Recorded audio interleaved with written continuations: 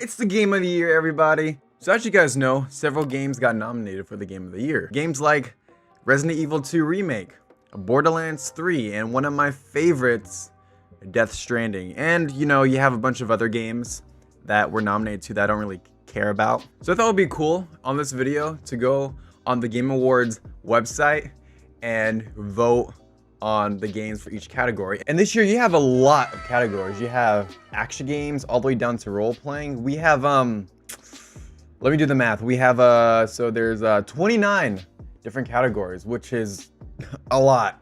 I believe it's a lot more than last year. And you know, this year was pretty big on games. You had Hideo Kojima releasing his first game since he left Konami. You had the Resident Evil 2 remake. You had Borderlands 3 making a comeback after so many years. It definitely wasn't as big as last year, but this year was pretty big. It probably would have been bigger if we had gotten The Last of Us 2, but you guys already know that story. But yeah, let's get started. You know, let me also get rid of these headphones that are around my neck. I don't know why they're there. Because so first up we have action game. So first up we have Apex Legends, Astral Chain, Call of Duty Modern Warfare, Devil May Cry, Gears 5, and Metro Exodus. I sadly didn't play any of these, but I did play a little bit of Call of Duty. So I don't want to vote on the other 5 because I didn't play them, but I did play a little bit of Call of Duty. So I'm gonna go for, I'm gonna vote for Call of Duty. I mean, I don't care about the different tokens. Dude, action adventure game. Ooh, okay. So I'm just gonna weed out the different ones that I'm not gonna vote for. Gonna narrow it down. I didn't play Control, that's already out. I'm a Zelda fan, but I didn't play Link's Awakening, so I'm not gonna go for that one. Same thing with Sekiro. It looked cool, but I didn't have the money to play it. I did play, however, Death Stranding, Resident Evil 2, and I am a fan of Borderlands 3. Sadly, I didn't play it. So it's just down to Death Stranding, Resident Evil 2, which is hard because I play Resident Evil 2 on my live stream. So if you guys don't follow me on my live stream, I live stream on Twitch every Monday, Wednesday, and Friday. Be sure to follow me. Link in the description down below, or you'll see the link right here. But yeah, shameless plug, but let's go on. So I did play Resident Evil 2 in its entirety, and I did play a little bit of Death Stranding also on my live stream. But it was pretty actiony at times for what I've played, because I can't really judge the game in its entirety because I only played so much of it. So I'm gonna have to vote for Resident Evil 2 because I played the whole game. It was really action-packed and I loved it. So yeah, we're just gonna go on. Art direction. Ooh, okay. Now, like I said, I didn't play Control. Death Stranding did an amazing job in establishing the world. Like, they had these really quiet moments where you had to deliver stuff. It was pretty much a delivery simulator, but I liked it. And those times, like, it really expanded on the world and had you immersed while you're delivering this stuff. It really established like how big the world was. So that's a contender. I didn't play Gris or Sayonara Wild Hearts. Never heard of these games. I mean, the art looks pretty good. Sekiro, never played it. The Legend of Zelda's Link's Awakening. So in terms of art direction, I wouldn't say Death Stranding visually is very artistic because it looks like any AAA game. The only thing I would consider as being artistic would be its narrative and its soundtrack. Those are very artistic. But in terms of visuals, I never played it, but it looks great, so I'm gonna have to go with The Legend of Zelda Link's Awakening. I know you guys are gonna be screaming at me because of that, but at this point I really don't care. I look really yellow in this camera. I looked fine last night when I tested this out, but I guess it's because it's light out, as you can see. But yeah, so we're gonna move on. Okay, audio design. Ooh, okay. I'm really big on audio design, as you guys know. I'm studying as an audio producer, and sound design was one of the big things that I did that I found a new passion in. So if I'm gonna go with the game on here, I'm gonna exclude all the games I didn't play too much of. Saying like, excuse me, like Control, Gears 5, Call of Duty, and Sekiro, those are out. So it's definitely gonna be between Death Stranding and Resident Evil 2. Resident Evil 2 with its sound design, it really sold how creepy it was. I loved how when you're as Mr. X, you kind of hear the footsteps. You also that really brought tension to the gameplay. Man, my throat is bad today. Like I haven't recorded in the whole month of November, so maybe that's why. But yeah, so yeah, the sound design is great. When Mr. X is walking, you could tell how far away he was from you, and when he's getting close based on the sound of his footsteps. It was, to me, it's great. And it really like built up the tension too, because you're like, I hear him, but I don't see him. Where the heck is he? Death Stranding, he also did some pretty good stuff too with the sound design. I thought so, at least. But it didn't really wow me as much as the soundtrack, so I'm gonna have to say Resident Evil 2 again. I love Death Stranding, don't get me wrong. It's just, I wouldn't consider it being really great or the best in sound design, you know what I mean? So we're just gonna move on. Community support. Ooh, okay. Now, I'm not a big fan of Final Fantasy 14, never played it, never played Apex Legends. I never played Tom Clancy's Rainbow Six Siege, but I did play a little bit of Destiny and Fortnite. But, so, community support. Recognizing a game for outstanding community support, transparency, and responsiveness. I'm gonna have to say Fortnite. I mean, Destiny 2, Bungie took forever to like pull away from Activision. I mean, good on them, but like I'm gonna have to say Fortnite. I'm not a Fortnite fan anymore, but I'm gonna have to say Fortnite. Content Creator of the Year. I don't know any of these guys. I do know Dr. Lupo and Shroud because they played with Ninja, but I'm not gonna vote because I don't know any of these people. So we're just gonna move on. Esports event. Again, don't know. Gonna move on. Esports Game of the Year. I'm gonna say Fortnite, man. Fortnite just broke records. I'm just gonna say that. Like I'm not a Fortnite fan. Don't get me wrong. I know I crapped a lot on the game, but it's Fortnite. Like it broke records. It's like it's been the top game for a while now. Family game.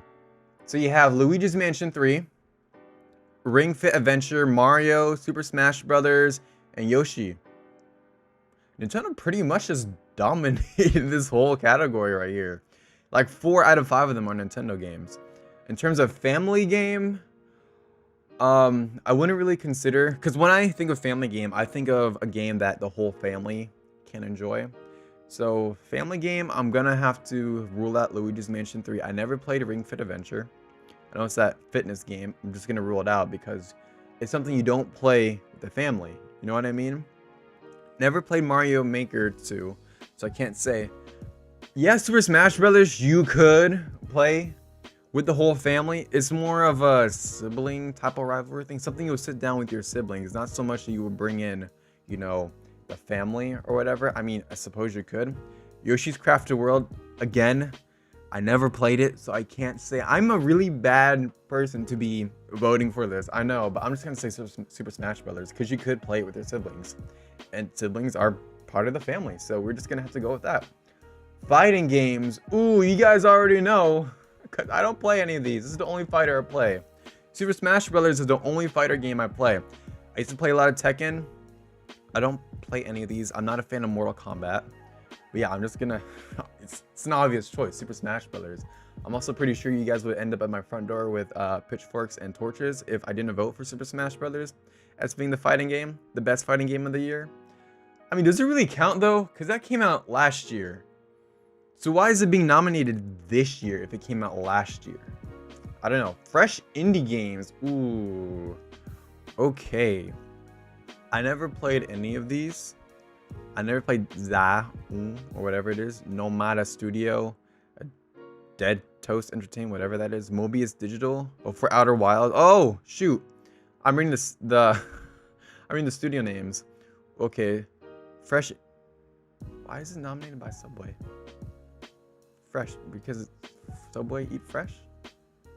I don't know. Anyway, I'm gonna have to skip this because I didn't play any of these games, so I wouldn't know. I downloaded Outer Wilds because it looked great. So if I'm gonna vote based on like what I saw from screenshots and videos and all that, I would have to say Outer Worlds or Outer Wilds, but I'm not gonna vote for it because I feel like it'll be unfair for me to vote for something or vote on a game that I barely know. So we're just gonna skip that for now. Game direction. Ooh, okay. Awarded for outstanding creative vision and innovation in game direction and design. Didn't play Control. I heard the game direction was kind of you know? Ooh, Outer Wilds. Oh, never mind. I thought it was Outer Worlds. I didn't play that. I didn't play Sekiro. So it's gonna have to be between these two. I wouldn't say Resident Evil 2 had creative vision and innovation because it's a remake of a game that came out in the late 90s. It's not technically, it's not an original idea. It's a remake that came out at the beginning of this year. So in something that I would say innovated and had vision, I have to go with Death Stranding because it kind of redefined what a video game can be. You know? Yeah, it had polarizing reviews, but it redefined what a video game could be. You know? Okay. Games for impact. Right away, I didn't play all the other 4 games. I'm gonna have to go with Life is Strange 2. Yeah, episode 3 is annoying me right now, but this game's amazing. You know, it impacted me greatly emotionally. Multiplayer game. Okay. Here we go. Tetris 99? That was a multiplayer game? Like I said, I'm the worst person to be voting on this because I'm so out of touch with gaming, even though I'm a gamer. Division 2, I didn't play that. I didn't play Tetris. I didn't play Modern Warfare. I didn't play Apex. But since I'm a huge Borderlands fan, even though I didn't play Borderlands 3, I own Borderlands 3. I haven't played Borderlands 3. But since I'm a huge fan of Borderlands, I'm going to have to go with Borderlands. Ooh, the next one, narrative. I talked about this before. I'm going to... Ooh, Outer Worlds, though. Okay, I didn't play too much of Outer Worlds. I did play a little bit on my stream. I didn't finish it, though. I'm going to take out Disco Elysium. But in terms of original narrative, mind-blowing narrative, it will have to be between A Plague Tale and Innocence or Death Stranding. But I'm going to have to go with Death Stranding because that story was just... Let's just say I've never played a game with a story or watched a movie with a story like Death Stranding. So I'm going to have to go with Death Stranding. You know, shoot me. I'm sorry. But Death Stranding just had a great story. Or it has a really great story so far. Performance. Ooh. Norman did really good. So did Mads Mikkelsen in Death Stranding so far from what I've played. So I'm gonna have to rule out all these guys, unfortunately, and keep the 2 that were there in Death Stranding. I would vote for both of them if I could, but this is so biased though. I'm a huge Norman Reedus fan because I watched The Walking Dead, so I'm gonna have to go with Norman Reedus for this one. Like, sorry, like, yeah, shoot me, but I'm biased. Role-playing game based on what I played, I'm gonna have to go with Outer Worlds. Score and music. Okay, you guys already know which one. I didn't play these 3. I didn't play Devil May Cry, Kingdom Hearts 3, or Sayonara. I didn't play Cadence of Hyrule. I know, for a Zelda fan, I should have played it, but I haven't. But I loved the soundtrack. I gushed over this on my live stream about how much I love the soundtrack of Death Stranding. Again, if you don't follow me on Twitch, link down below, or the link is right here. Anyway, I love the soundtrack for Death Stranding. It's just amazing. You know, it fits the mystery. And why did I say mystery like that? It just fit like the tone of the story. It really solidified the tone and the desperation humanity has in that story. So yeah, Death Stranding. Death Stranding did a lot good this year. Sports racing games, you already know. Crash Team Racing Nitro Fueled. I grew up playing this game. Yeah, I might be a little bit biased, but from what I played, this is a great game. A great remake, but I'm gonna go for Crash Team Racing Nitro Fueled. It's a true racing game in my opinion. A strategy game. I have not played strategy games, but I kind of want to vote for Fire Emblem, but I never played a Fire Emblem game ever. I'm just gonna scroll by it because I never played it. VR, I don't play VR. All right, so we're gonna pick the game of the year. Again, this is gonna be hard for me to pick because all these here are games that I either played in its entirety or I have enjoyed playing with what I had played of it. Does that make sense? So I'm gonna have to go with Death Stranding, Resident Evil 2, and Super Smash Brothers Ultimate. Those are gonna be the 3 contenders. Drum roll, please.